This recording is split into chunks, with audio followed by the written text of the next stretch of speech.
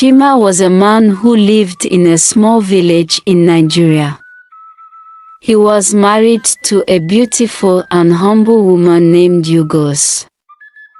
They had a peaceful home, and Chima loved his wife dearly.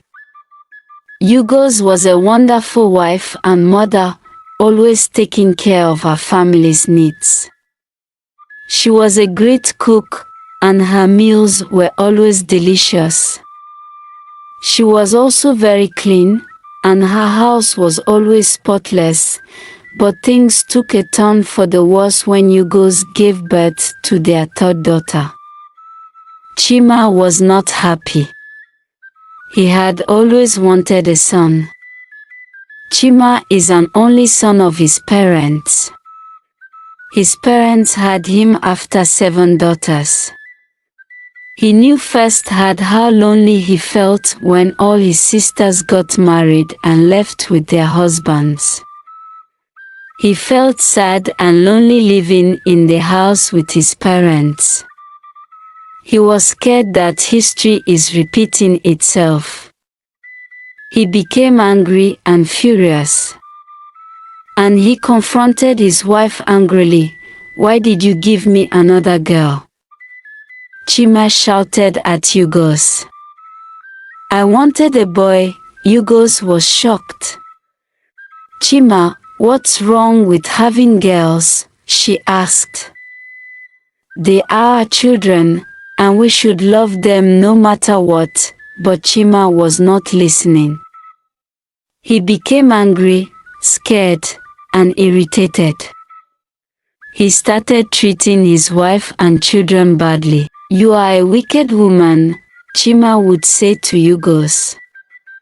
"You have brought me nothing but shame and disappointment." Ugoeze and the children suffered greatly.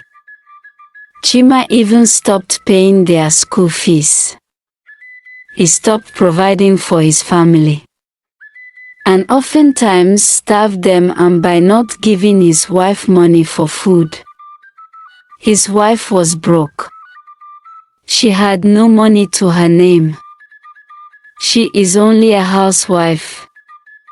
And her husband never allowed her to work or do business, insisting that she should stay at home and take care of the kids. "Why are you doing this to us, Papa?" the children would ask, crying, but Chima would just shout at them and tell them to leave him alone. Ugoeze begged and pleaded with Chima to change his ways, but he wouldn't listen.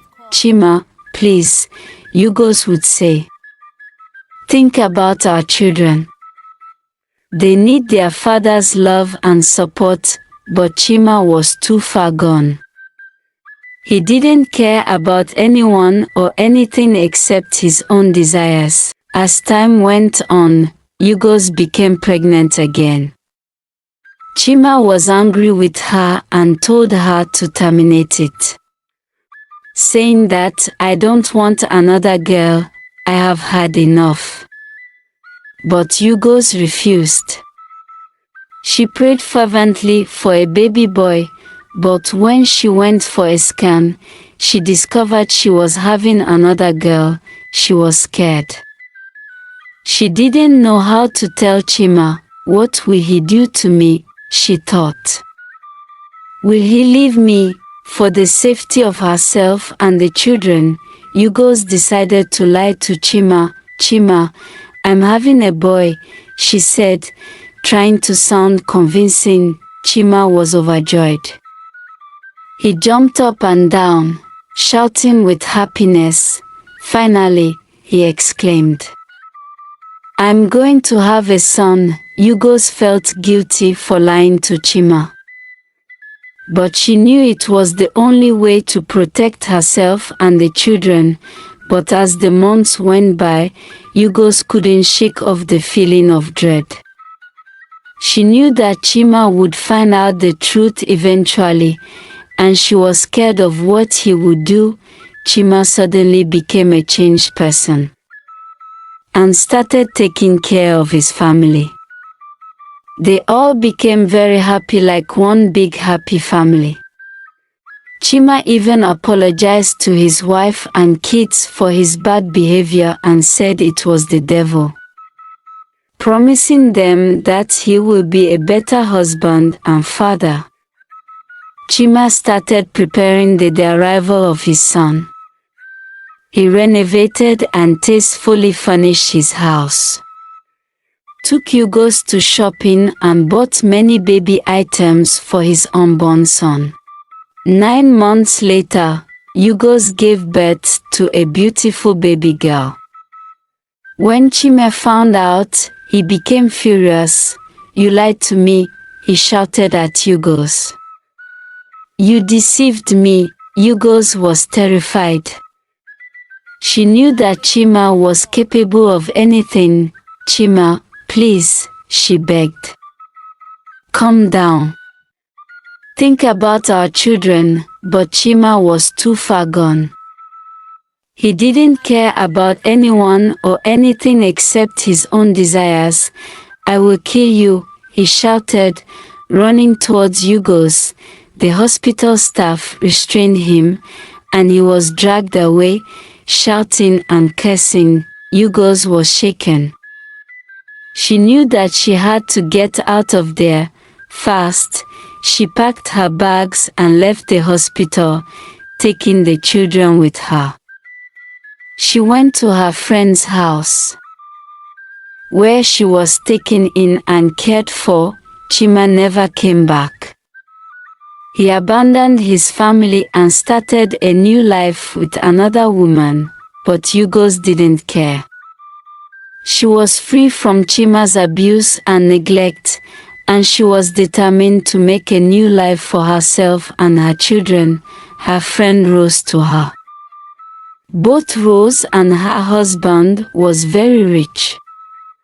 With the help of both Rose and her husband, Ugoeze established a business and never went back to Chima. Chima in turn remarried, and his new wife gave birth to 4 daughters, and he chased them out of the house.